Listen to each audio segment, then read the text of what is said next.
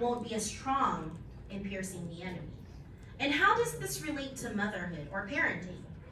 We must know who the enemy is, where that enemy stands, and getting familiar with his schemes and knowing when he's attacking. And this is imperative when we raise our children, because there will be times when they will need their moms and dads to help them recognize when the enemy is out to get them. Because guess what?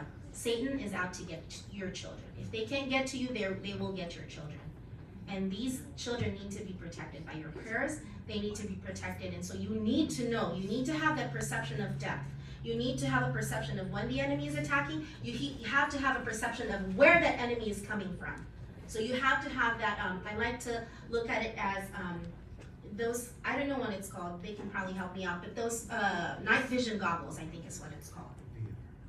And see, my kids are not old enough, but I'm sure when that time comes, you know, that I see a lot of moms with teens here, they're gonna be surrounded by temptations, right?